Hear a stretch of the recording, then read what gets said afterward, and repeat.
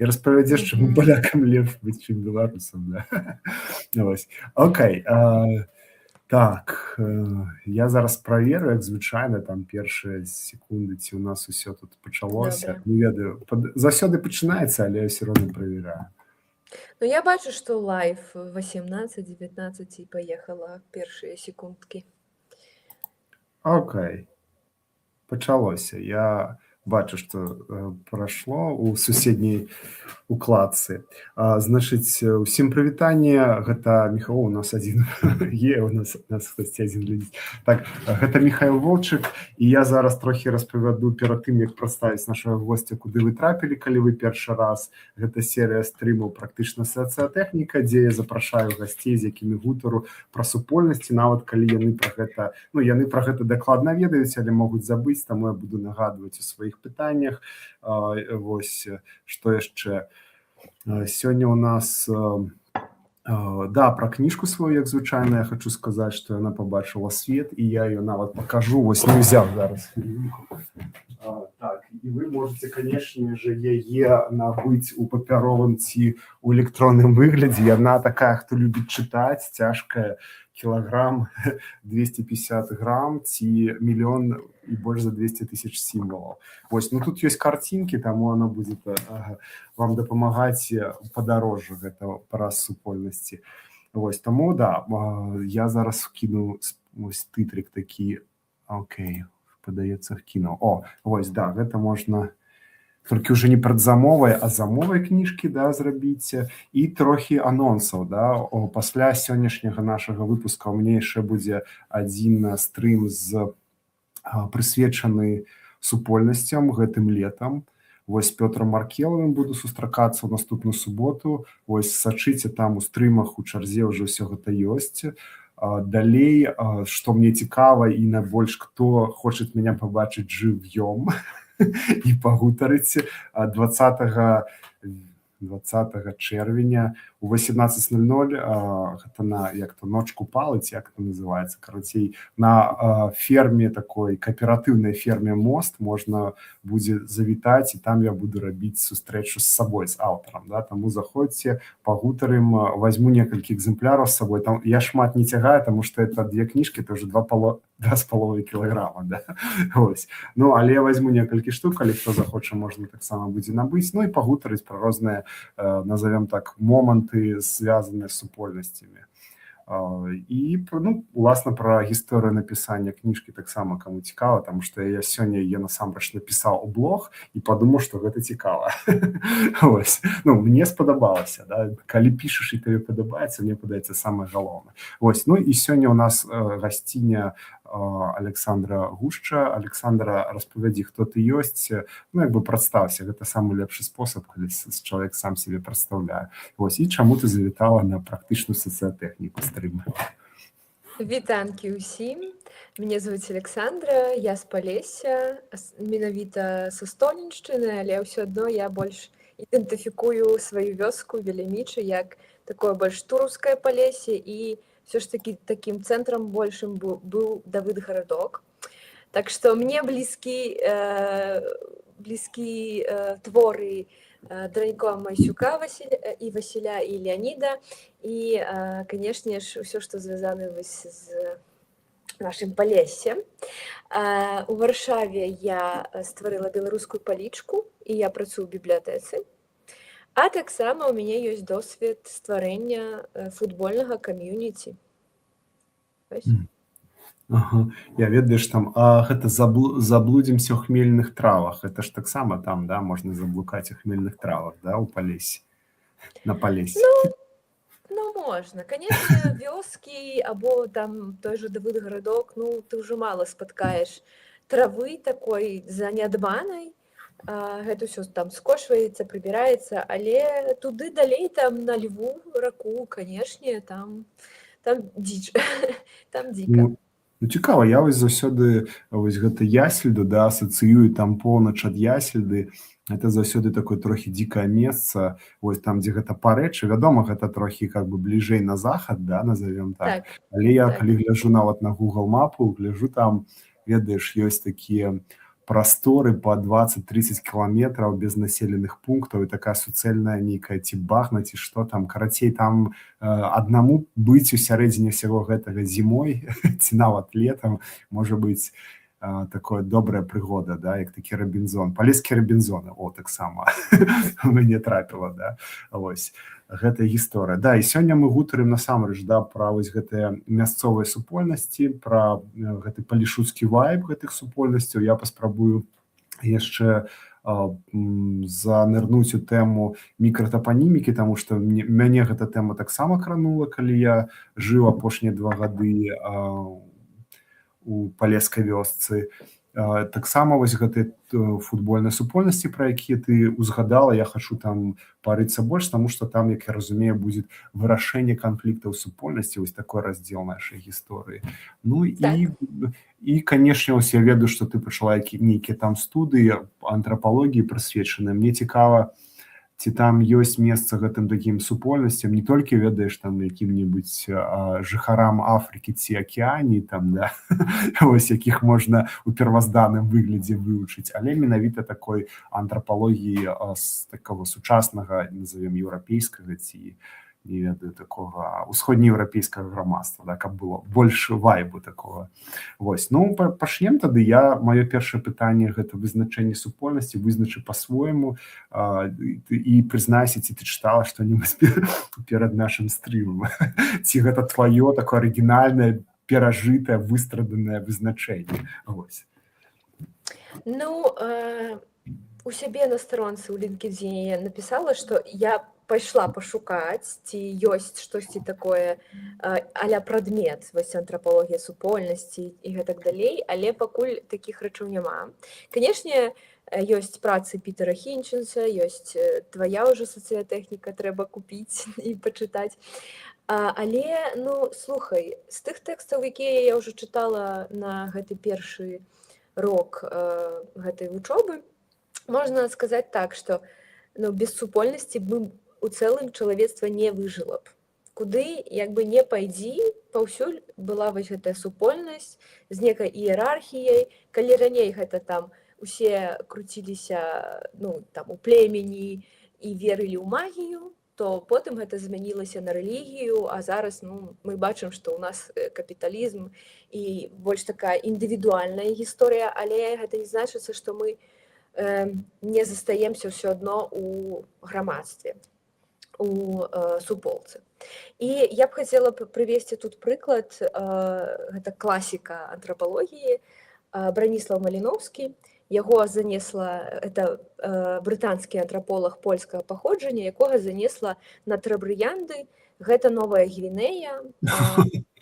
Так, далёка яго занесла, і як бы гэта класічная праца апісання дараабмену між гэтымі народамі гэтых выспаў, гэтай Новай Гвінеі. І як бы, так, окей, можна пайсці ў бок таго, што вось ёсць гэты дараабмен, які заключаецца ў тым, як кажуць, раз куля, заўсёды кула, гэта называецца кула. Але гэта не толькі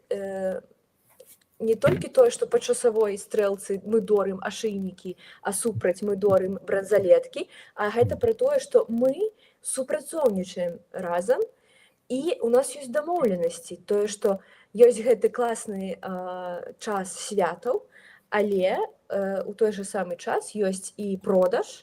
Мы між сабой дамовіліся, ага, у нас ёсць бананы, у вас ёсць каралы, і мы вось гэта ўсё прадаем, рыбы. Але гэта таксама і пра супольнасць, таму што, канешне, там у 20 стагоддзі людзі ўжо задаваліся пытаннем, а навошта я там гэта раблю, навошта я там слухаю гэтага вождя, які там робіць гэтыя абряды.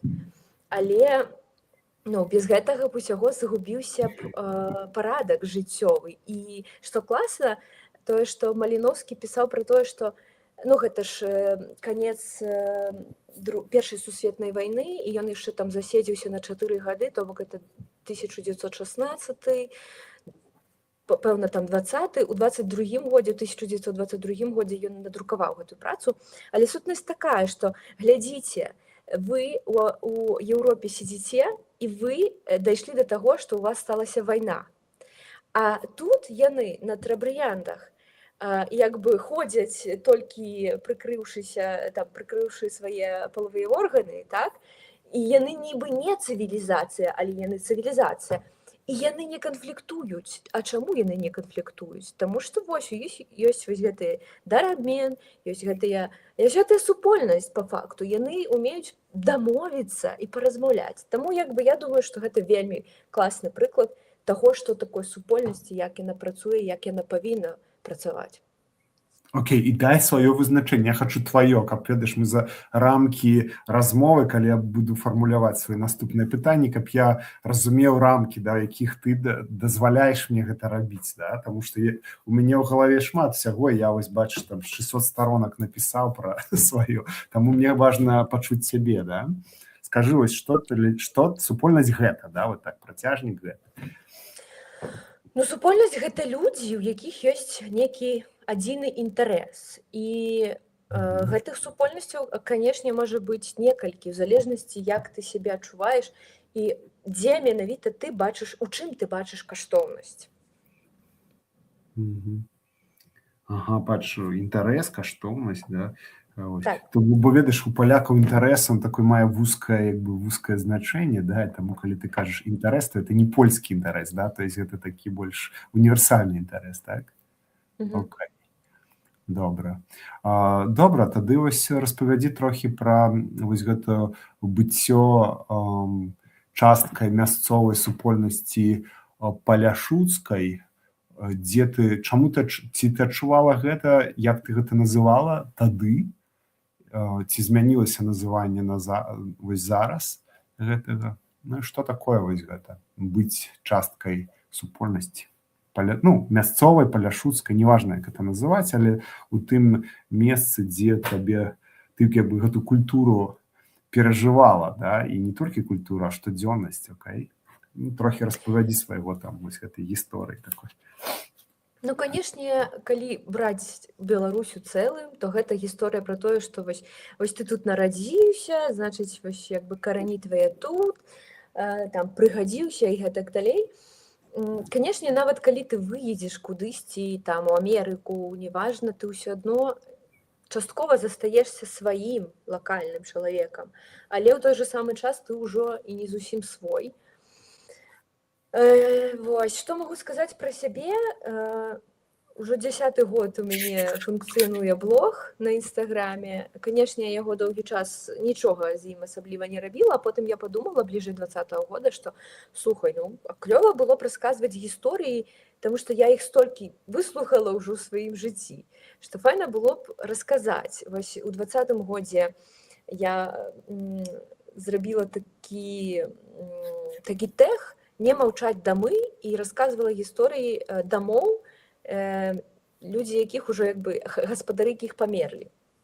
І, канешне, туды ў каменты прыходзяць людзі гэтых, там, унукі гэтых людзей, гэтак далей, там ёсць цікавыя гісторыі, калі там дзед і баба памерлі ў адзін дзень, так?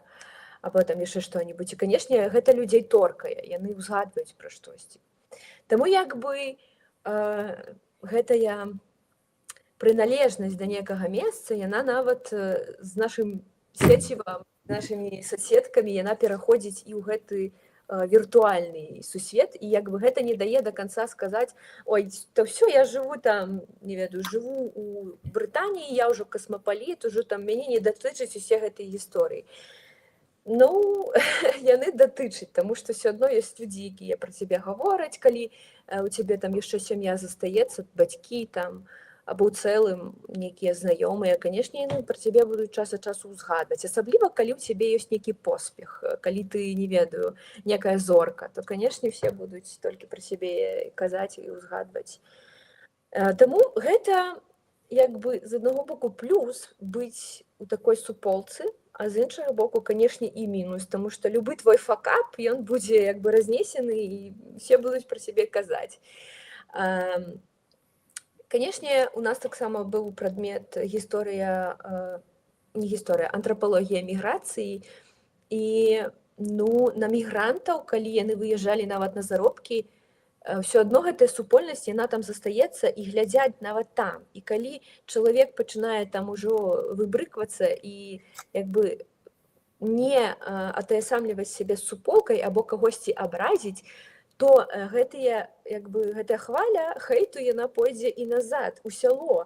І як бы можа быць нават так, што пачнуць сям'ю як бы ізаляваць, не здаровацца з імі, таму што вось гэты там не павіншаваў або не скінуўся на нейкі падарунак або яшчэ што-небудзь. То бок нейкія рэчы, нейкія такія фатальныя памылкі, яны вось каштуюць таго, што чалавека выключаюць у цэлым, і выключэнне гэта такая непрыемная досыць рэч. Табе даводзілася назіраць за гэтым выключэннем пры сабе, ну калі ты вось у гэтай супольнасці жыла?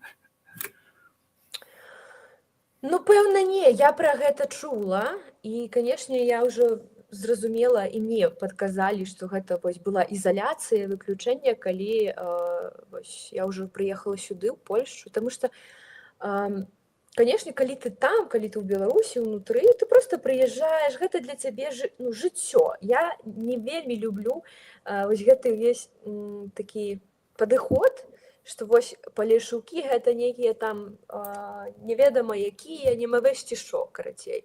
Мы проста людзі, мы жывем жыццё сваё, і ўсё, як бы. Так, нават яшчэ ў 60-тыя гады між вёскамі трэба было перасоўвацца чоўнам па мясцоваму дубком.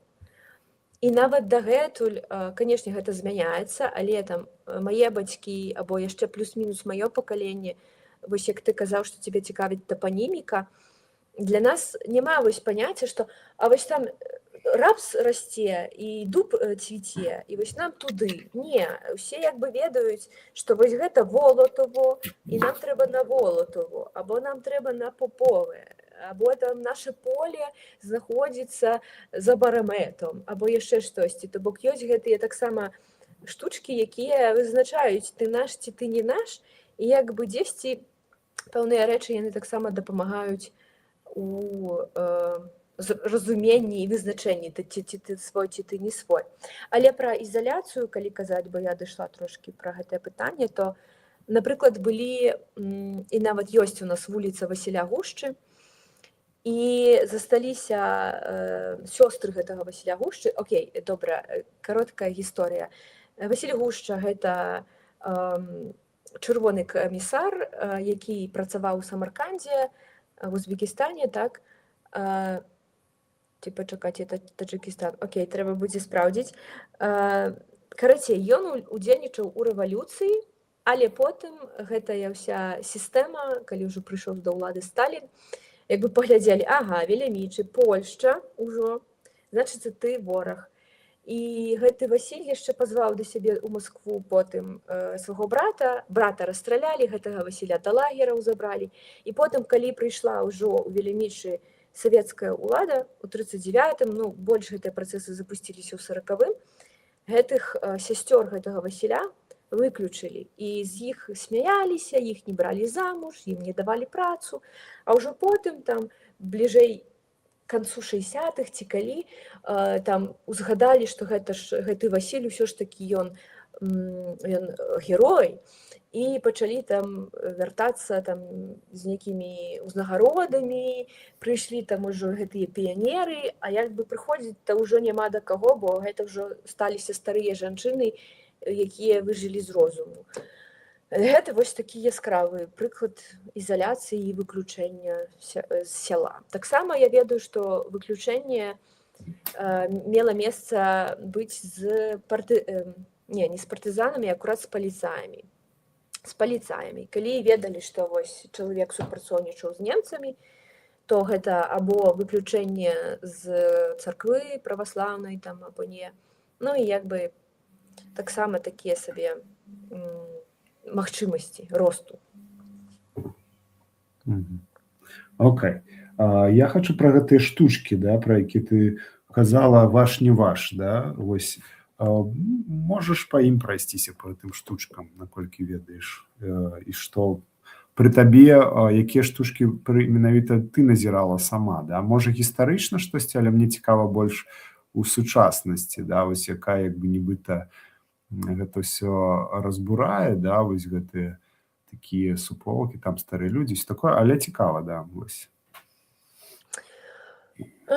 Ну, калі ўглядзець, канешне, калі ты ў сяле жывеш, ты усе на цябе глядзяць. Як ты там будуеш хату або што ты ў цэлым робіш. І як бы у нас сяло такое досыць, мала хто мае межы. Нават між хатамі ёсць так, што вось ад вуліцы стаіць агароджа, плот, а між хатамі не было такой звычкі ставіць агароджу. То бок усе хадзілі праз агароджу адзін да аднаго, або ёсць вуліца Савецкая, потым там ідзе, значыць, дом, які адносіцца да Савецкай і ўчастак, а потым пераходзіць гэта ўсё ў іншы ўчастак, які адносіцца зусім да іншай вуліцы. І нават між гэтымі як бы такімі падзелам, проста існуе такая як гранка, сцежка, але як бы ты ведаеш, што это суседская, і ты гэта не перакрочваеш. Але, канешне, больш маладыя або людзі не з Веляміч, яны ўжо пачынаюць абносіцца гэтымі двухметровымі пластыкавымі усялякімі там агароджамі, або дротам, або яшчэ чымсьці. І вось тут ужо людзі пачынаюць, нейкі ён дзіўны паставіў, ты плот, эту агароджу, нешта з ім не так. Або ёсць гісторыі, калі вось сусед з'явіўся у маіх бацькоў, і ён не мясцовы, і ён штосьці там баяўся за сваіх дзяцей і засыпаў пяском калодзеж. І бацька мой адразу, ўсё, прыплылі, нешта з ім не то, як можна калодзеж засыпаць? То бок тут уваходзяць гэтыя старыя, ўсё ж такі стары лад свету, што як, это ж калодзеж, это галоўнае, а ён узяў і засыпаў. І як бы вось такі маркер, пазбавіцца ад вады, бо дзеці, так можна штосьці іншае зрабіць. Крыцей, вось ёсць такія штукі, што штосьці не так.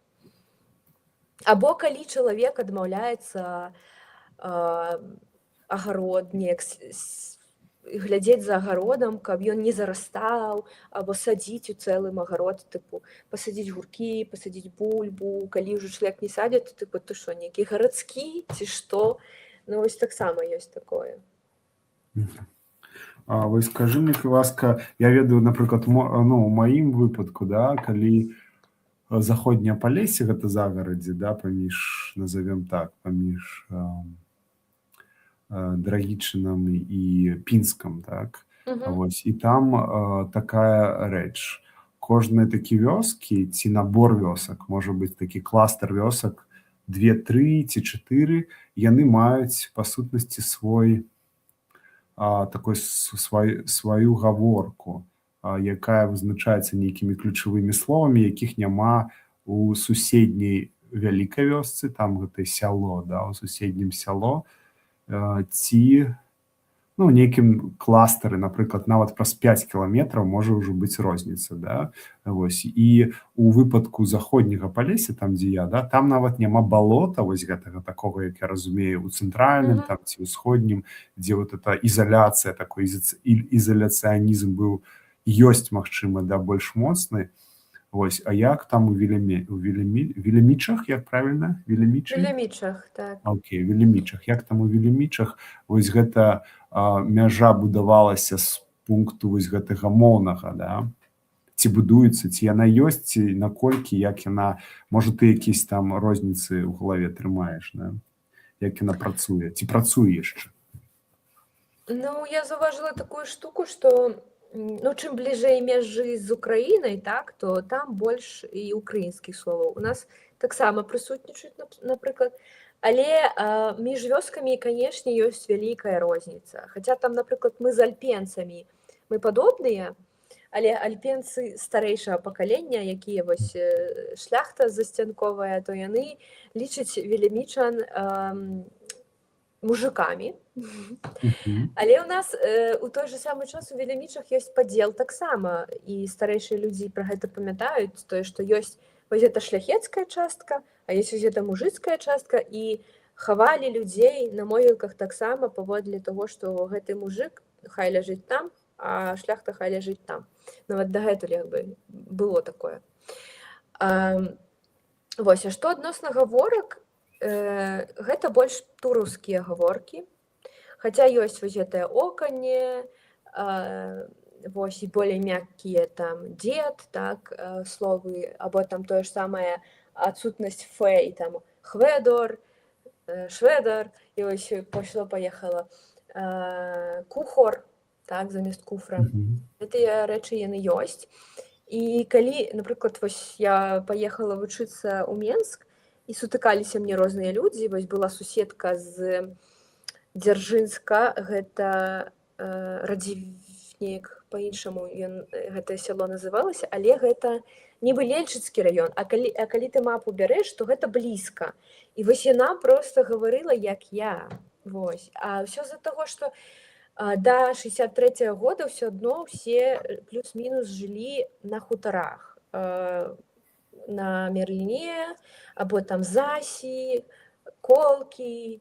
І як бы гэтая камунікацыя, яна была, хоць і балота, хоць і Льва, як бы Прыпяць у цэлым, так, але камунікацыя між людзьмі была там, і жаніліся, і замуж выходзілі. Таму як бы, вось яна там штосьці сказала, там, ой, вона пашла на корках. І я перазапытваю, ты маеш на ўвазе коркі абцасы? І яна кажа, ну так. І я кажу, у нас таксама коркі гэта абцасы.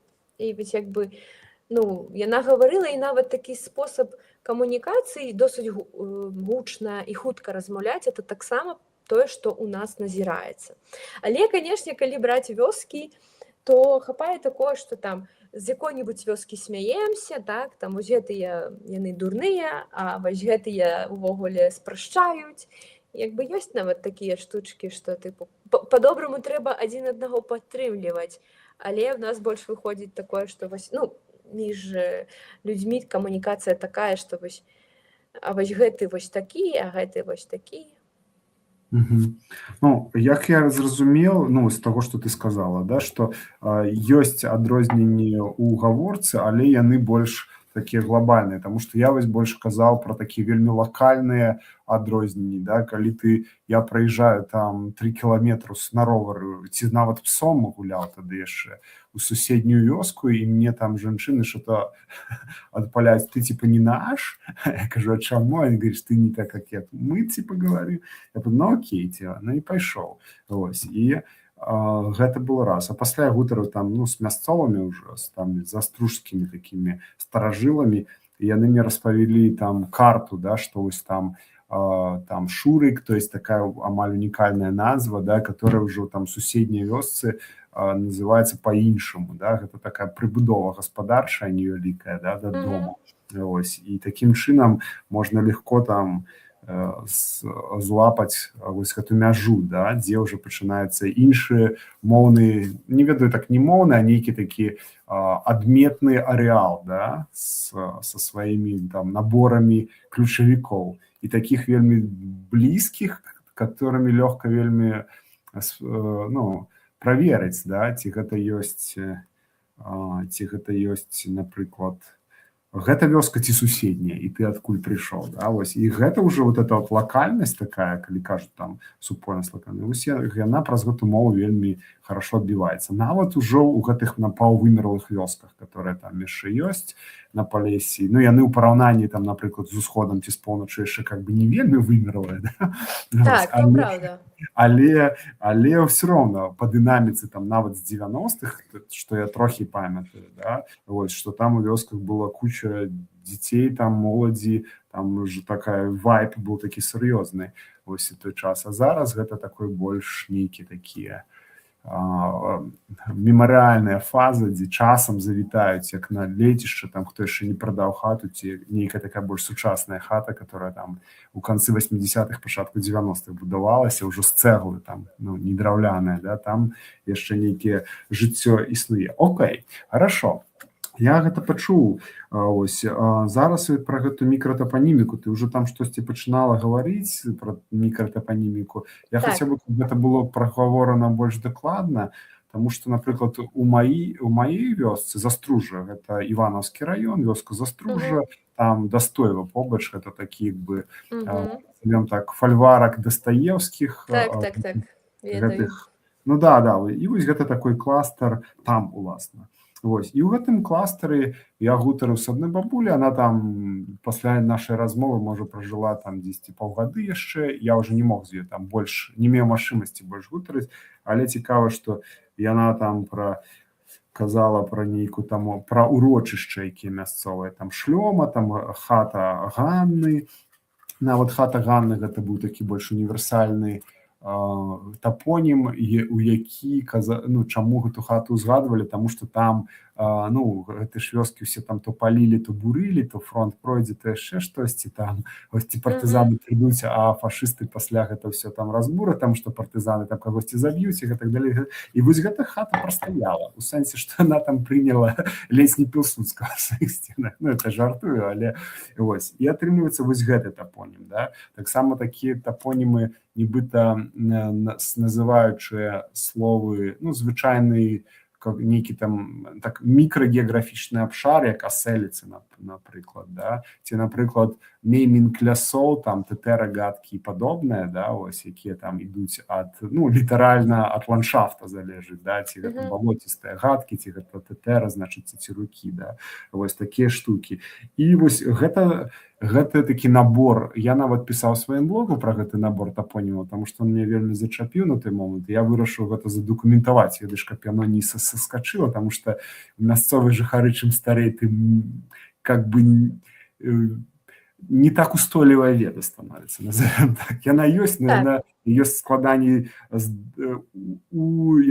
устаканіць, каб дакладна ведаць, што вось гэта там скончылася, а там пачалося. Да? І вось гэта ліпа побач з хатай Ганны, я яе злавіў і спраўдзіў яшчэ ў некалькіх там іншых крыніцах, і атрымалася вот такая арэал, які вёска мясцовая, да, як бы сябе амалёўвае, да, вакол. І вось гэта мікратапаніміка, яна у прынцыпе, калі праехаць там 5 кіламетраў, ужо не будзе працаваць, да, таму што няма носьбітаў, якія яе ўжываюць. Вядома, можа, ужываюць, праязджаючы міма, але гэта лес, гэта такі лес, гэта сякі, да, няма вось гэтага дакладнасці. Вось раскрой мне вось пра відэмічы што-небудзь такое, калі ёсць у цябе менавіта сучаснай практыкі. Да, мне цікава, як гэта сучасна жыве яшчэ, як гэта узнаўляецца гэта веда. Тое ж самае, там кожныя колькі гадоў ідзе гэтая змена поля, напрыклад, калі людзі яшчэ жадаюць нешта вырошчваць апроч свайго агарода, там гэтыя соткі, так? Да, ёсць такое, ёсць соткі. І дзялкі раней былі, зараз няма, але соткі ёсць. Так, і як бы вось гэтае, калі ты там будзеш казаць, там недзе на захад, там паўночны ўсход, як бы ніхто цябе не зразумее. А вось калі ты будзеш казаць, што вось гэта Волотово, гэта там Лятце, а гэта яшчэ што-небудзь, тады гэта прям вось адразу такая фантазія ўключаецца. Вось там, яно вось там, або яно вось там у бок Альпеня, або яно там ля сметніцы, або таксама там ёсць... Ёсць ля сметніцы тапонім такі, да? Ля сметніцы? Не, сметніца, яна па-іншаму называецца Крута доліна. І гэта як бы... Так яшчэ романтычна. Так, і ў дзяцінстве я адразу ведала, так гэта сметніца, Крута доліна. Або там... як бы абшар гэты, напрыклад, нашага села, ён вялікі, таму што бліжэйшыя Турсько по-нашаму, або Старына, гэта як бы плюс-мінус новыя вёскі, якія з'явіліся там у 50-х ці 60-х годах. Як бы ўсё адно людзі жылі па гэтым урочышчам. Мосцец, як я кажу, там мой дзед усё згадвае Люботынь, вось яны жылі на Люботыні. І, канешне, я раскажу одну гісторыю такую яркую. Ёсць польская, нібы яна гістарычка Малгажата Шейнер. У яе ёсць кніжка такая таўшчэзная пра Палессе, там то пра тых, то пра сіх. І вось ёсць пра Адрыяна Картана де Віарта, пра брытанскага генерала, якому Радзівіл Радзівіл даў землі вось акурат у нас ля старыны, гэта ўрочышча Прастынь.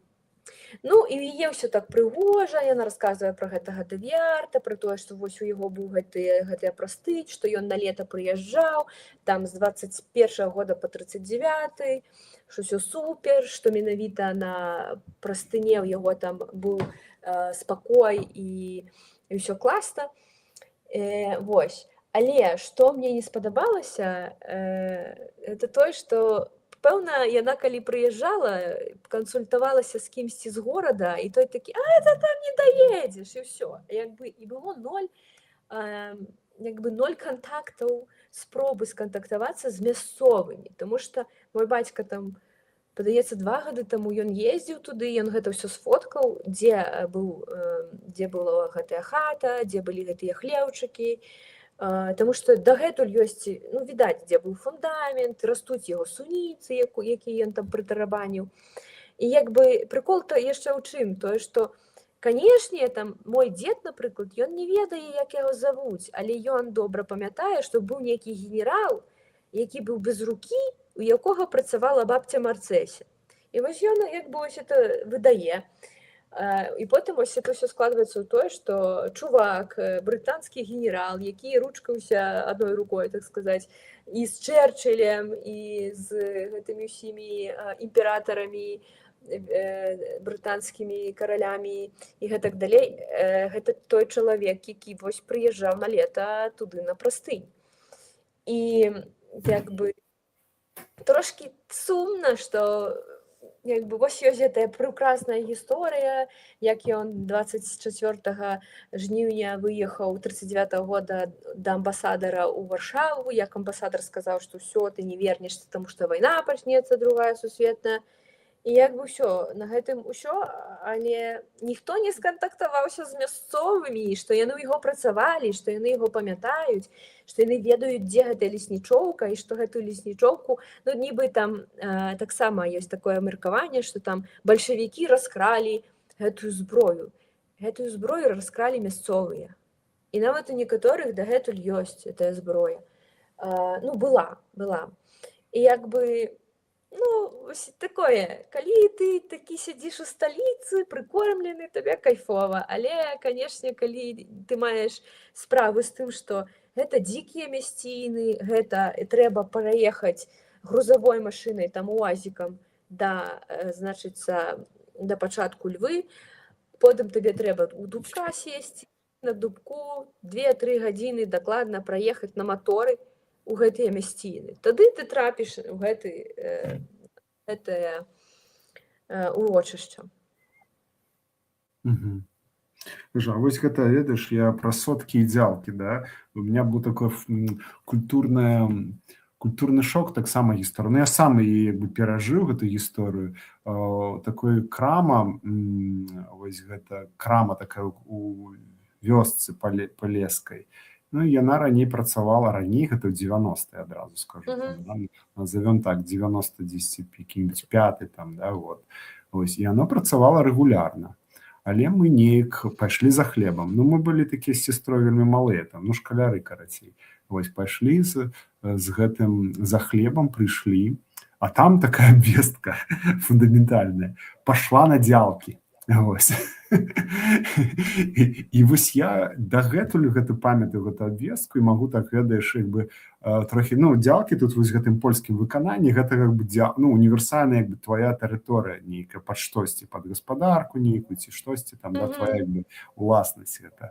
А там, дзе, ну, вось, у нашай гэтай вёсцы, за Астружы, дзялка, гэта была, па сутнасці, кавалак землі, які даваўся з калгаснага поля для апрацоўкі мясцовым жыхаром, які яшчэ мае сілы, да, на гэта, там, часцей за ўсё гэта было, там, не ведаю, ці нейкі цукровыя буракі, там, ці, не ведаю, бульба, которые даваліся пасля ураджаем, частка аддавалася, да, вось, калі ты там, не ведаю, ад гэтых сарнякоў праполіш шось, ці там як задбаеш а тым, да, вось. І вось гэта прадавачка пайшла на дзялкі. І гэта была паважаная прычына, каб крама не працавала. Вось. І для мяне гэта было шокам. А чаму вось гэты прыватны інтарэс стаў нагодай для закрыцця публічнага месца, да, якое называлася крама, прычым крама гэта калгасная. Ну цікава, што поле таксама калгасная дзялка, але вынік ураджаю ўсё ж таки дзеліцца на прыватнае ідзе, да, вось. Ну і вось гэта у мяне засталося ў памяці, магчыма, назаўсёды, не ведаю, але я гэту гісторыю рэплікую, таму што гэта таксама кажа пра нейкую вось гэту, калі ты зараз у Польшы скажаш, вот тут выраз пайшла на дзялку, да, то не будзе вообще іншых асацыяцый, што такое адбылося. Вось, ну, вядома, савецкая сістэма, она паўплывала на такую, на слоўнік гэтых малых суполак, да, вось, ну і сотка таксама, толькі сотка ты уже меў большы, 100% з гэтай землі, да, па сутнасці. Так. Такая держава такая, да, калі ты там на год бярэш, вось. Это сваю гісторыю хочу, а зараз я хочу пра гэтыя вось назвы, которые ты называешь. Вот это вот ляжце, простынь, масцец, Любатыныч, Любатыч, я могу, Волтва. Любатынь. Гэта ўсё вёскі, так? Не, гэта урочышчы, гэта назвы. Вось распавядзі, што такое урочышча, таму што, ну, каб слухачы пасля разумелі, да, таму што гэта не так лёгка. Я з палякамі таксама гутарыў, ім вельмі складана было растлумачыць, што такое урочышча, вось, асабліва гарадскім. Распавядзі, што такое урочышча, чым яно адрозніваецца ад іншых геаграфічных аб'ектаў і чаму яно важна, можа быць. Ну, я могу памыляцца, тому што... Да, по-свойму, гэта не экзамен, я тебя не... Так, я ўжо гэта тлумачу з уласнага, як я гэта памятаю. Гэта проста зямля. Як правіла, там або магло жыць шмат людзей, або гэтая зямля належала там некай адной сям'і, залежала, ну, колькі грошай і ўплыў, які мелі людзі. І гэта мог быць лес, або, ну, у цэлым такое прыроднае штосьці, так? Або нейкі там луг, вось такое, нешта такое а-ля маляўнічае. Бо, напрыклад, калі мой дзед — это Любатынь, то гэта лес. І гэта, канешне, гэтая Любатынь, вырасці на Любатыні, або там я ўжо вясковае дзіця, якое толькі раз ці два было ў лесе, то, ну, в асноўным, там, калі каровы пасвілі, то, канешне, хадзілі там бліжэй лесу, але, ну, у мяне не было такога экспірыенсу, такога досведу, тыпу, памацаць гэта ўсё, знацца на травах, знацца на грыбах адразу. Я гэта, вось, зараз да мяне даходзіць, што вось гэта то, вось гэта сё. А дзед мой, напрыклад, это зусім іншы чалавек, таму што гэта чалавек, які ў гэтым вырас, які не сядзеў, вучыў гэта, не сядзеў, чытаў, што гэты грыб ядавіты, там, атрутны, а гэты які яшчэ такі. Ён проста ў гэтым вырас, сярод лесу, не абавязкова там для ўрочышча блізка рака, але можа быць і нейкі таксама водны аб'ект. Таксама можа быць. Вось. І гэта проста, гэта ўрочышча як твой сусвет, ты, тыпу, разумееш, што вось яно тваё.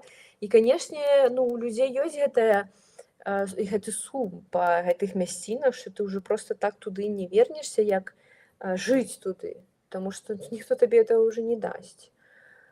Вось. У іх там усё было, вось. Яны карміліся з гэтага, того, што расце для таго. Окей, значит, Любатынь, гэта лес. У лесе. Ляжца, што гэта? Лес, вода? Лядыца, як ляда, ну, то бок, это калі зямлю такую непрыдатную робяць усё, каб яна стала прыдатнай, там то выпальваюць, то яшчэ што, то бок это такі шматступенчаты працэс. Лядца называецца гэтая зямля.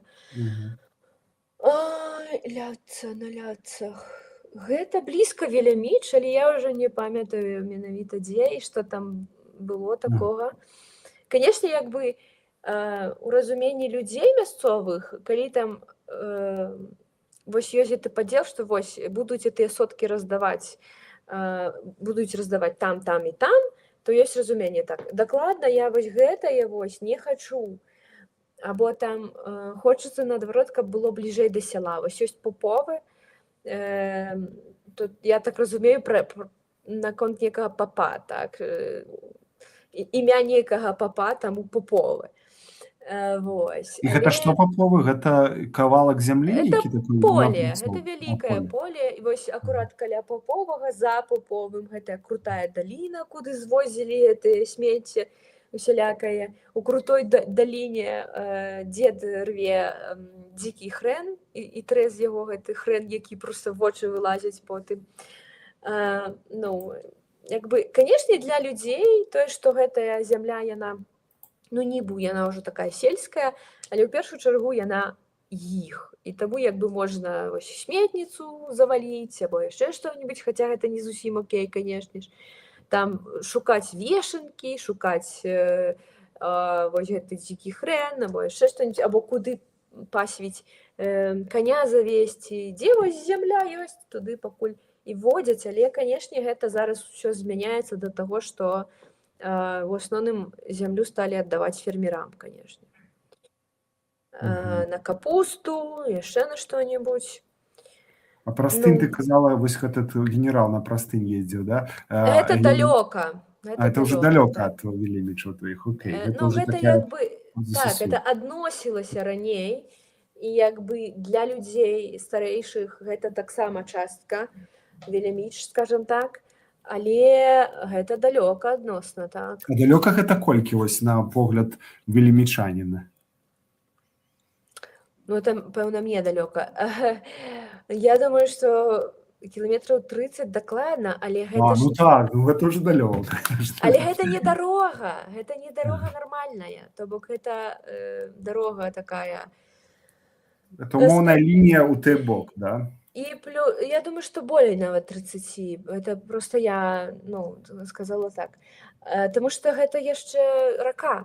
Гэта яшчэ трэба плыць па рацэ, а Льва, калі... Льва. Ага.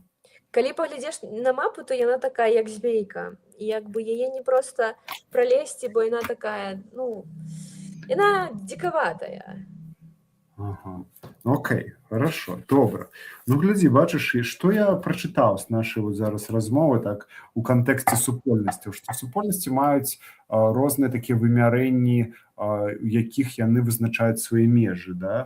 Адна з іх гэта вось гэта геаграфія такая лакальная, Тэрытарыяльная. да, якая заканчваецца з носьбітамі. Умоўна кажучы, яна не распаўсюджваецца як універсальная веда, якую мы в школе ўспрымаем, да? Яна распаўсюджваецца праз гэту штодзённую практыку гаспадарчага нейкага там і гэтак далей, да? Так. Ось. Другое, гэта вось гэта моўнасць, але моўнасць, я зразумеў, што яна можа по-рознаму быць. Вот такая, як ты кажаш, кірунак, напрыклад, Украіны, там больш чагосьці аднаго, да? Мне вось падобную рэч казаў адзін з жыхароў, які вось зараз жыве, не ведаю, ці жыве зараз менавіта, але 4 гады назад жыў у Застружы. Ось ён сам быў з-пад Гарыні. Ён казаў, што па той бок Гарыні там ужо як бы ідуць хахлы. Ну, ось, ну он так мне сказаў. Я паўтараю его слова. Я разумею. Я кажу, а што такое? Ну што там? Он говорит, а там уже гавораць не як мы, да? Ось, і для іх было вось гэта праз раку мяжа, да? Якую яны выбудовалі. Хаця рака ж там не 2 кіламетра, ну 20 метраў рака-то, да, Гарыні. Ну, можа, ну дадзім 30 метраў. Да, пашырэй зробіў. Ось, ну і карацей, за той Гарыню ўжо была іншая сусвет. Пасля, вось цікава, гэта з'ява урочышчаў, таксама, ну, як бы акрэслёна табой, больш так ты ўключыла яшчэ гэту сацыяльную кампаненту, якая таксама, ну, вядома, называем мы як жывёліны сацыяльныя штосьці, але цікава, што ты ўклала яшчэ туды вялікі такі, як бы, светапаглядовы сэнс, да, што там падзяляецца разуменне ўласнасці, вось гэтай commons, агульнай уласнасці, да, якая ці, напрыклад, прыватнай уласнасці, калі гэта какому-то генералу ее аддалі, да.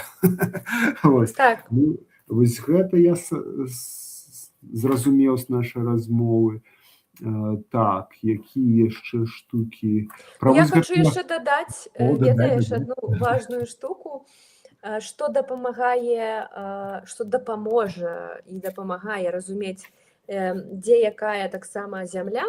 Это тое, што у расійскай імперіі, потым там і немцы, наколькі я ведаю, палякі таксама, рабілі карты Хаця, пэўна, немцы ў першую сусветную яны зрабілі досыць добрыя мапы менавіта з гэтымі назвамі мясцовымі. Ага, і там можна знайсці гістарычна, да, калі... Можаш так, можна пашукаць, і яно прям будзе, ну, як гэта картаграфія тады дазваляла, будзе вось гэтае вымярэнне, і вось гэта тое, гэта там вось тое. Так. Яшчэ з твоіх слоў, дзякуй за... Я буду спрабаваць. Мне сестра часам што-то падкідваць там дробным шрыфтам, я не асабліва глядзеў, але выглядае гістарычна. Вось. І цікава вось гэта, што ты пра штучкі казала, да? Я больш заўважыў, ну, ось такое, гэта такую, ведаеш, маўчалівую як бы сканирование, да, что нават калі тебе падаецца, что ніхто не звяртае на тебе увагу, да, у гэтых малых мясцовых суполках, да, вясковых, то вось гэта сканирование адбываецца пастаянна, да, і оно праз... Так, ёсць. Там шмат вачэй адначасова працуе, да, ёсць, так. Кожны збірае нейкі фрагмент, а пасля яны гэтыя фрагменты аб'ядноўваюцца ў нейкі наратыў на нейкай лавачкі насупраць хаты нейкай там больш камунікатыўнай гаспадыні. Я ўзгадала гісторыю ўсё ж такі выключэння або не прыняцця сялом. О, давай. Гэта 20-й год. 20-й, так, это 20-й год. На старыну, вось это вёска, адкуль аля мой дзед, хаця... 50-60-е гады, которая стварылася, да? Ну так, ужо там, так як мала людзей, так як мала дзяцей, то амбулаторыя, школа, гэта ўжо занядбаныя прыстройкі такія, будынкі. І гэты школу выкупіў некі фрык з Пінска. Чаму фрык?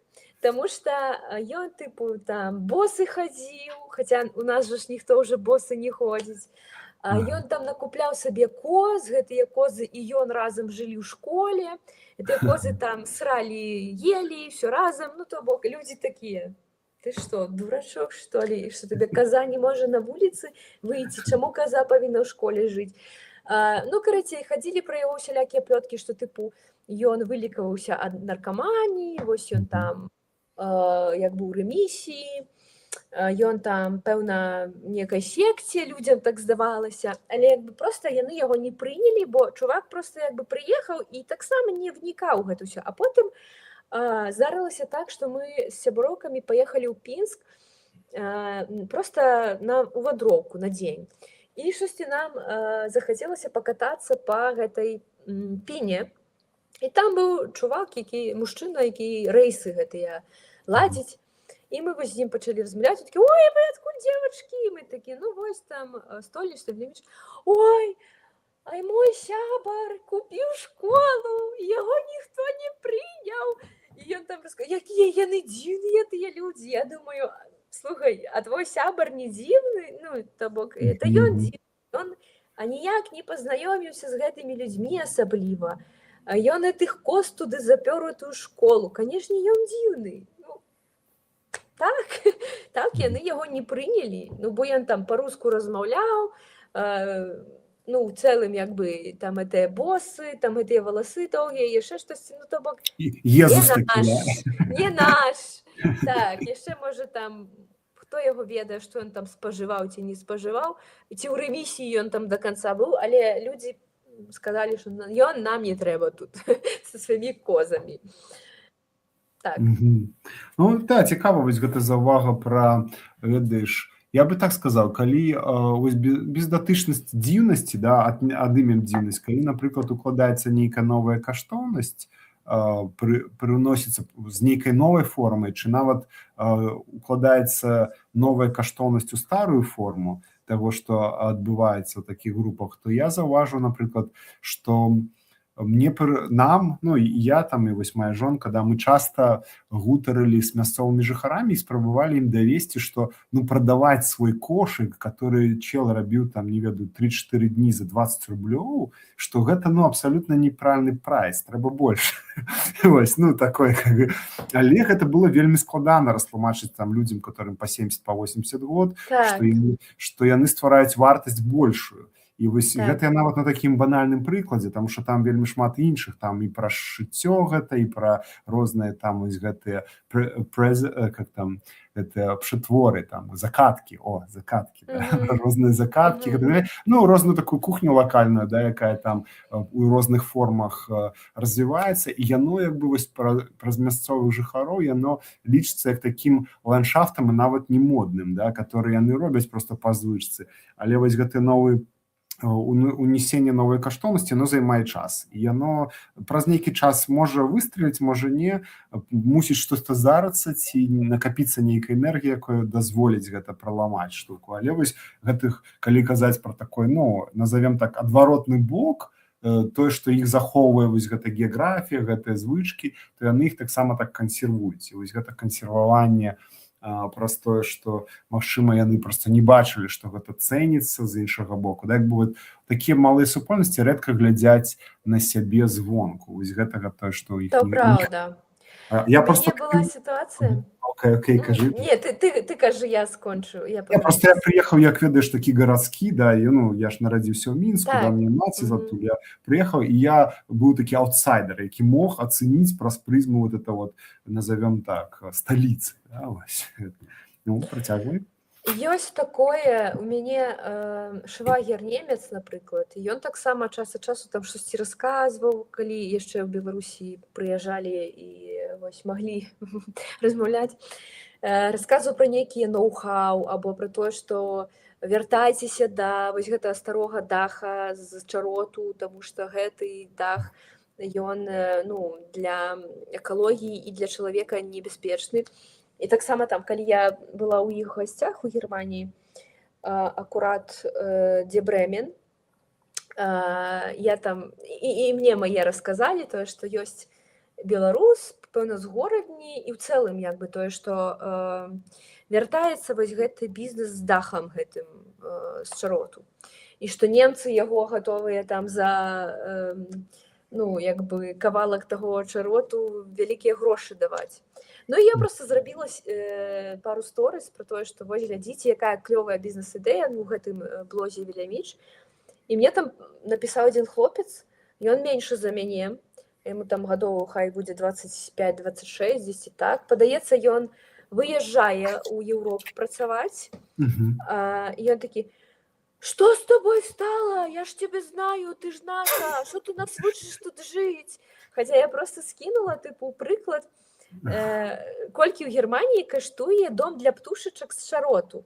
Типу, гэта было блізка 1000 еўра, гэты домик для птушачкі. Я кажу, глядзіце, і ў горадні чувак робіць бізнес, зарабляе вялікія бабкі, типу, вы можете цэлым сялом гэта рабіць. Ну, і мне прилетает такая штука, типу, что ты меня тут вучишь? И я такая думаю, окей, я не буду рассказывать ничего, я коплю гэтыя ідэі сабе, мне гэта падабаецца, клёва, але як бы болей я вучыць вас нічым не буду. Гэта ваше жыццё, калі, ну, вы не бачыце ніякай карэляцыі між тым, што вашыя дзеды або бацькі выязджалі на заробкі ўвесь час, і вы выязджаеце, што это не окей выязджаць зараз і там не быць дома. Окей, добра.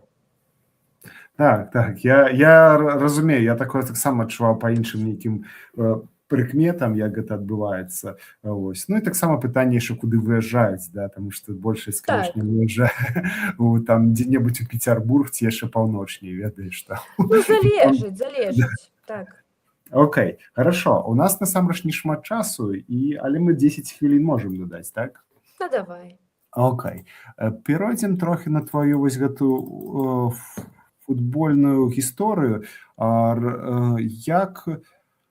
Я, калі з табой гутарыў на пачатку, так як бы спрабаваў злапаць, што такое супольнасць, я не ведаю, ці атрымалася у цябе паглядзець пра тыя спасылачкі, якое табе накідываў там пры нашай размове папярэдняй такой. Так. Вось. І вось там я сябе як бы адчуваў гэта супольнасць, таму што яна будавалася там, назовем так, 7 год, да, і ўжо там стварылася шмат каких-то сувязяў, стварылася і складаюча такая, назовем, інтэлектуальная, якая заключалася ў гэтых узроўні самаарганізацыі, і стварылася фізічная, да, таму што былі рэальныя людзі, якія рэальна уплывалі на ландшафт вакол сябе ці унутры сябе. Што ў вас там адбылося? Распавядзі, таму што ці гэта ну як бы для цябе гэта было важна, бо я бачыў гэта такія як бы назовем рэфлексіі да, у LinkedIn і зрабі такой агляд, каб гэта зразумеў той, хто не бачыў тваіх гэтых да, усіх тэкстаў і чаму гэта важна і чаму гэта супольнасць. Вось. Добра, неяк трэба ёміста гэта і коратка сказаць. Карацей, у Варшаве ёсць невялічкая футбольная суполка, якая звязаная з тым, што беларусы, украінцы, хто любіць футбол, збіраюцца глядзець футбол там або лігу чэмпіёнаў, або УЕФА, так, гульні разам з каментаром ад Сашы Івуліна і ад Ярыка Пісарэнкі. 2 гады таму там у ліпені быў гэты фінал, вялікая колькасць папулярных і не людзей прыйшло, усе пісалі вау, там хлопцы малайцы гэтак далей, але за хлопцамі стаіць каманда таксама. Вось, і стаіць тое, што ўсё пачалося з таго, што да ніхто не прыйдзе, да не расказвай ты мне, нікому это не цікава. Вось ўсё пачалося з таго, што гэта быў такі пілотны праект на маёй папярэдняй працы, падтрымаць кам'юніці, пачаць як бы штосьці ствараць, таму што, на жаль, журналісты ў эміграцыі і ў цэлым медыа-супольнасць, ну, згубілі глебу пад сабой. Няма ўжо фінансавання ад Трампа, так, ну, ад Амерыкі Трамп гэта ўсё скасаваў. І, канешне, вывезе ўсіх і ну, як бы вывозяць акурат тыя, хто мае супольнасць.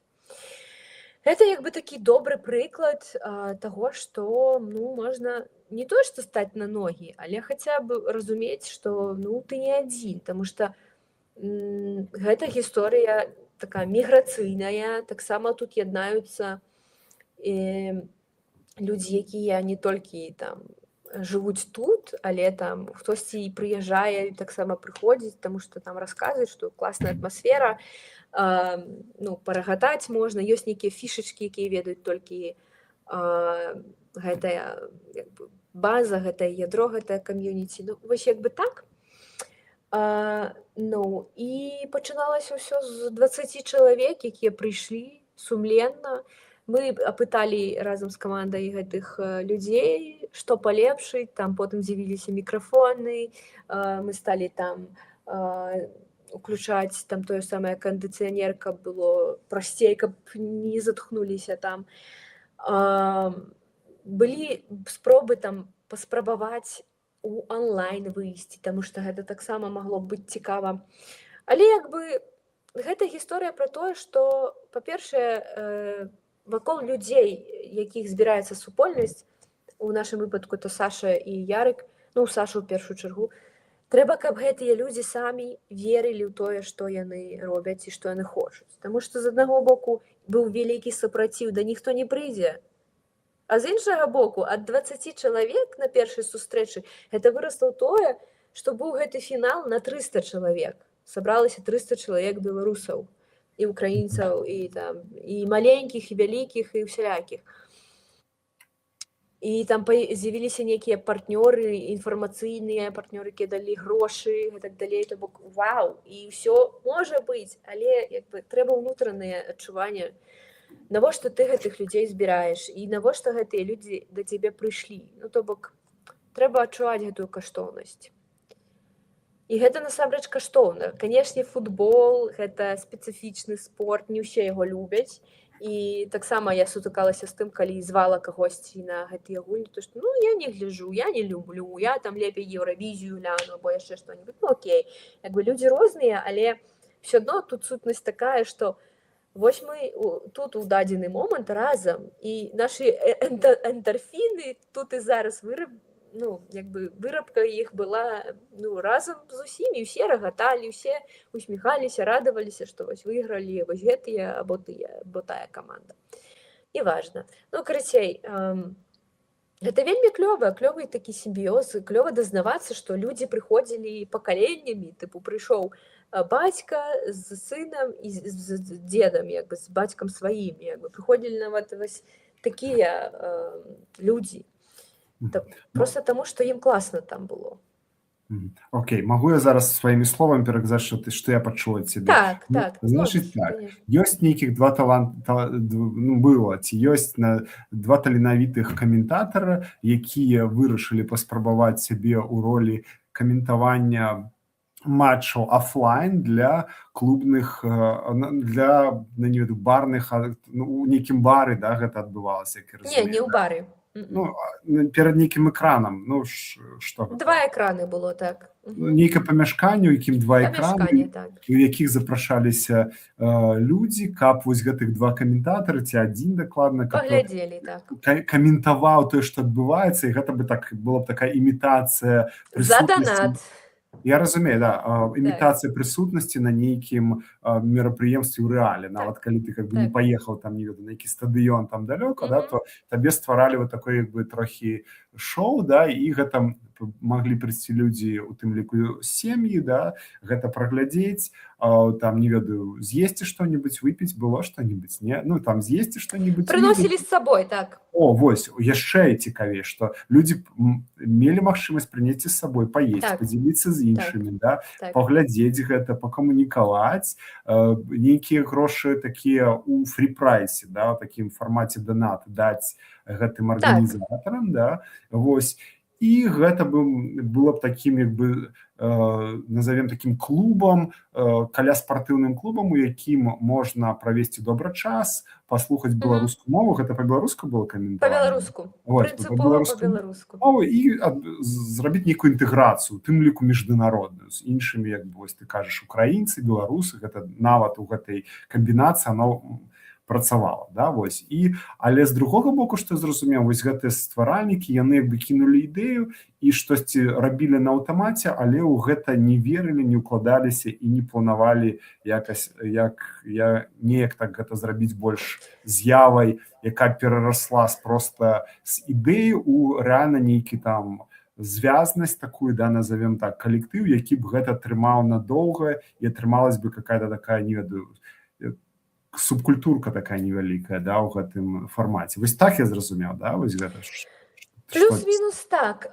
Просто у нас на маёй працы было так, што мы паспрабавалі іншы фармат паглядзець з іншымі людзьмі, з іншым шоу, і як бы гэта спадабалася. І мой калега Сергей Алішэўскі, ён сказаў: слухай, было б цікава, каб гэта быў спорт, футбол, напрыклад, і вось Саша Івулін мог бы там штосьці зрабіць. І ён там з ім паразмаўляў, сказаў, тыпу, давай паспрабуем. І ён там штосьці, ну не. І проста мы паспрабавалі першы раз гэта зрабіць. І тыпу, ну, то бок, мы маем чалавека, які са спортам звязаны, які журналіст спартовы, які вядомы чалавек, плюс-мінус, так, у вузкіх колах, так.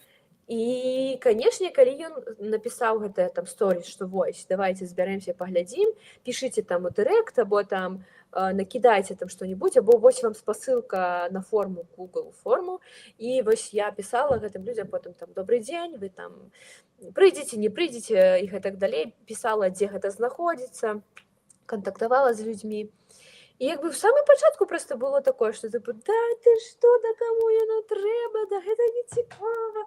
А потым як бы... Глядзі, што я зараз зразумеў. Як я разумею, вось гісторыя таго, што гэтыя каментатары, у прынцыпе, як бы не яны былі ініцыятарам, ім прапанавалі, але для іх гэта не атрымалася сур'ёзна, да, умоўна кажучы, яны не пачулі, што гэта сур'ёзна можа быць нейкім раздзелам іх жыцця, да, вось, каб гэта так было ўнутры. Але как бы сама ідэя, просто як разумею, людзі прыходзілі на то, што быў вось нейкі таленавіты каментатар, да, і вось на гэта Канешне, у першую чаргу яны прыходзілі дзеля чалавека, канешне, гэта асабісты брэнд, і потым гэта ўжо тое, што атмасфера, потому што мы, ну, як бы камандаю стваралі добрую атмасферу, то бок былі, як бы, не было 100-500 чалавек, якія над табой стаяць, не было буянаў ніякіх, не было ніякіх незразумелых персонаў. Канешне, была спроба раз, калі мы там не прасачылі, але мы просто сказалі, ўсё, мы пільнуем рэгістрацыю, мы глядзім на тых, хто прыходзіць, хто не прыходзіць, пільнуем тое, што вось 30 чалавек або 40 чалавек максімум, і ўсё, не болей. Вось, то бок была такая ўжо выпрацаваная сістэма, і потым гэта так перарасло ў тое, што а давайце, зноў ж такі ад Сергея было такое, што давайце ісці ў бок фіналу. А колькі гэта працягласць гэтай движухі было, распавядзі? Ну, хлопцы гэта працягваюць рабіць і зараз, Окей. але ў той момант гэта атрымоўваецца 2,5 месяцы, 2 месяцы, Толькі так. пачатак, ага.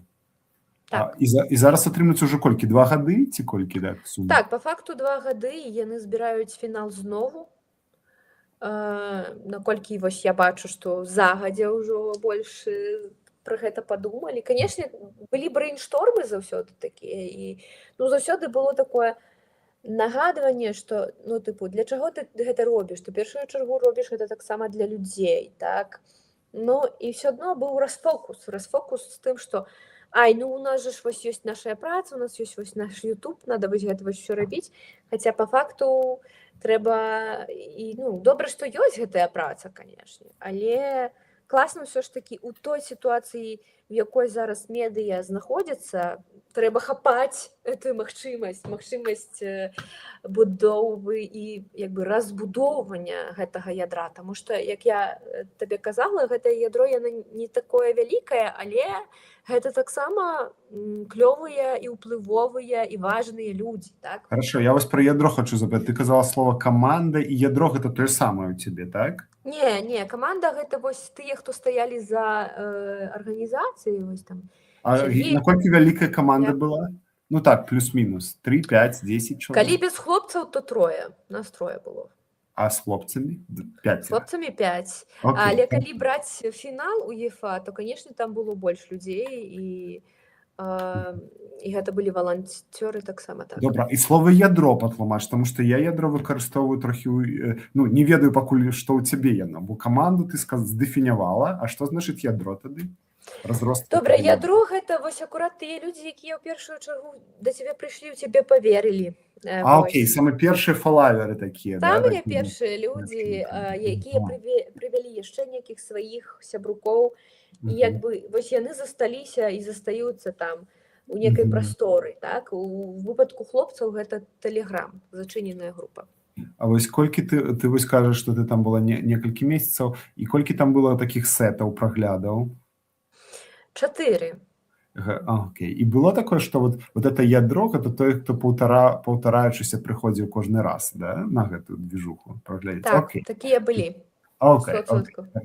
Хорошо, гэта я пачуў. Ну і зараз распавядзі мне, вось, што адбылося, вось гэты канфлікт, як ён вырашаўся, як ён вырашыўся, да, вось на сёння, ці ён вырашыўся, вось. Плюс-мінус так, але гэта ўсё, любы канфлікт. У чым сутнасць канфлікту? Першае. Што мы людзі. Добра. Праходзіць фінал УЕФА, на якім таксама і я, і Сергей, і Ксюша ўсе разам упахівалі на розных ралях. Хтосьці займаўся там дзецьмі, вось я, напрыклад, хтосьці там чымсьці яшчэ. Таму што, ну, гэта была такая досыць титанічная праца, бо, напрыклад, алкаголь і безалка напоі, яны закупаліся загадзя і як бы раздаваліся таксама на месцы. То бок, это таксама была некая свая штука. Вось. Плюс это была польская пляцоўка, дзе выявіўся досыць такі спецыфічны гаспадар этой пляцоўкі, які там бухаў са сваімі нейкімі сябрамі. Ну, карацей, некая была свая спецыфіка. Але не важна, ўсё адно як бы добрыя ўспаміны пра гэта. Ну, карацей, праходзіць вось гэтая ноч пасля фіналу.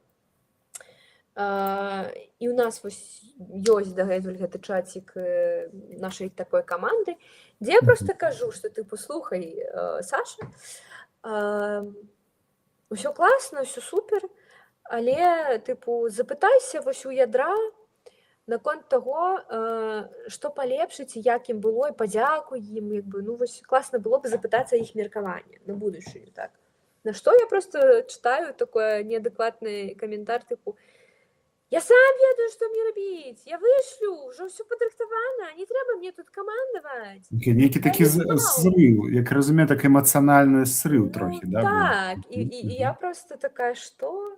Все, як бы, до відзення. Я, значыць, па вечарах гэтым займалася, так, мне гэта падабалася, але ты ўкладваеш у гэту душу, а тебе просто, ну, серуць, так? Як бы, ну, выбачайцеся, я не асабліва люблю такое і не збіраюся гэта талераваць, цярпець. Я просто сказала, окей, далейшая наша супраца за дадатковыя грошы. Я скажу слова хоць адно, толькі за грошы. Моя гадзіна каштуе столькі і столькі. Я болей не буду з гэтым цацкацца, таму што па факту у нас былі дамовы такія словамі і ну, мы не пайшлі ні ў які бок умоваў, дамоваў. Вось, ну, але неяк потым нам удалося пагаварыць, хаця таксама у працэсе размовы былі такія складаныя моманты, і, канешне, было шмат нерваў, але ўдалося як бы плюс-мінус, тыпу, сказаць, што, ну, тыпу, давай не канфліктаваць. Я таксама у сваю чаргу сказала, слухай, чувак, слухай, Саша, табе пашчасціла, што я не істэрычка, я не пабегла ў Facebook адразу пісаць са скріншотам, які ты дурны там, або які яшчэ.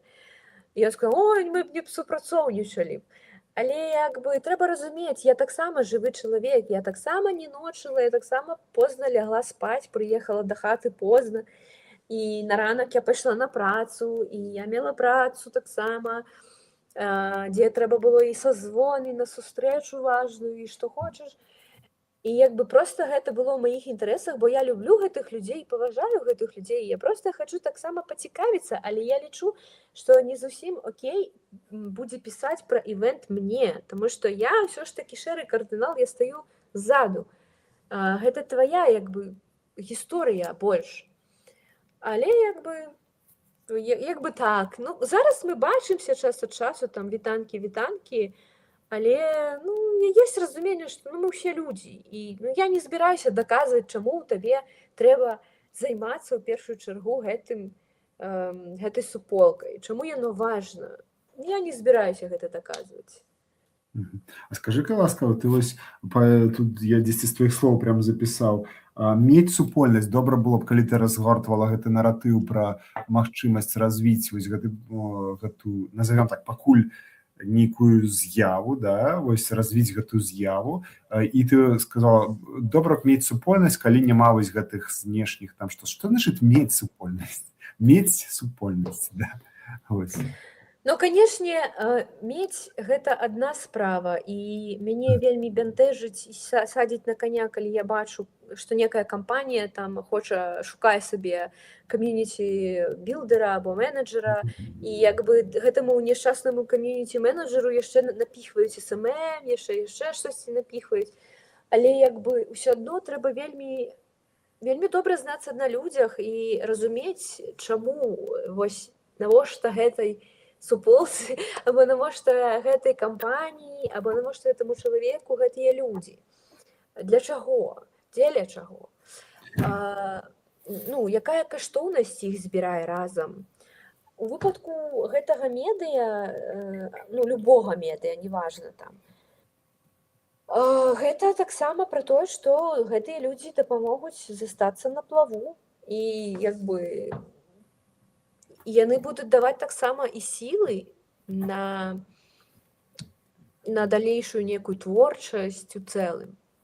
І, канешне, суполка, калі ты з ёй не ў ладах і не ў кантакце, яна таксама можа цябе і знішчыць. Гэта таксама трэба разумець. То бок, усё ж такі мець суполку, гэта такое а-ля як з цацкамі. А ўсё ж такі, калі ты сам як бы унутры разумееш, што ўсё ж такі я хачу будаваць супольнасць, то трэба разумець, што ну гэта праца і гэта павінна быць каштоўнасцю ўсё ж такі. Гэты збор людзей. Окей, добра. Окей. Ну так, мы з тобой, бачыш, на 20 хвілін больш паразмаўлялі амаль, да. Ну Я так. мне яшчэ шмат пытанняў, яшчэ чым больш кажаш, тым больш можна запытаць. Вось, але будзем падсумоўваць, да. Так, Можа, давай. ты што-то хочаш сказаць, што яшчэ я не запытаў, нейкі момант, ці там мы гутарылі, я пераключыў цябе з тэмы, штосьці засталося. Скажы, ці ёсць у цябе нейкі, ці наогул какую-то сваю мараль, да, якую ты хочаш перадаць слухачам, гледачам нашай размовы. Ну, хай будзе такая мараль больш да сябе, для сябе, што тыпу варта памятаць і пра сябе, пра ўласны стан. Калі няма аніякіх ні рэсурсаў, няма ані часу, анічога, то тады як бы на пэўны час прыкрыйце гэты план наконт супольнасці або чагосьці яшчэ, тому што ну, трэба заняцца сабой. Таму што проста сабраць людзей, а потым карміць іх заўтракамі, што сустрэнемся калі-небудзь пасля дождачку ў чацвер, ну это такое сабе. Людзі проста разыйдуцца і будуць лічыць цябе ну, пустазвонам. Таму як бы трэба дзесьці дбаць і пра сябе. Добра. Окей. Александра, дзякуй вялікі за размову. Можа быць, калі у меня будуць яшчэ пытанні, я табе іх напишу так, і мы там што-небудзь тэкстам пагутарым ужо. Можна. Дзякуй за твой час. Было цікава, палішуцкі сусвет, ты ведаеш, што он бясконцы, да? Так. І пра яго можна насамрэч шмат гутарыць. Вось. Ну, дзякуй табе за наш вось гэты час. Мне было супер. Ну, дзякуй, мне таксама было класна размаўляць і расказваць і слухаць. Окей, добра. Тады будзем у кантакце. Канешне, калі захочаш прыдбаць маю кніжку, звані, я недалёка ад Варшавы, можа, нават сустрэнемся, рукі перадам. Вось.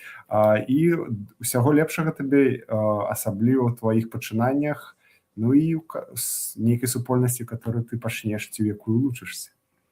Добра, дзякуй вялікі. Узаемна. Пакуль. Па-па. Так, як вам быць супольнасцю, быць часткай супольнасцю ці мець супольнасць, да? Як вам размова? Калі ласка, пішыце ў каментарах, буду вельмі ўдзячны. Таксама, калі вам цікава то, што я раблю, можаце замовіць мою кнігу ці проста падтрымаць у мяне на Buy Me Coffee. Вось кніга выглядае так, яна цудоўная, цяжкая і, я спадзяюся, для вас будзе змясцоўнай. У мяне ўсё, яшчэ раз паўтаруся, што праз тыдзень будзем што рабіць. Будзем сустракацца з Пётрам Маркелавым, пра супольнасці гутарыць, пра праект, чаму адрозненні ва ўсім гэтым адбываюцца. І, магчыма, да, ну і на вечар з аўтарам таксама яшчэ раз запрашаю, там пагутарым. Вось, усім дзякуй і пакуль.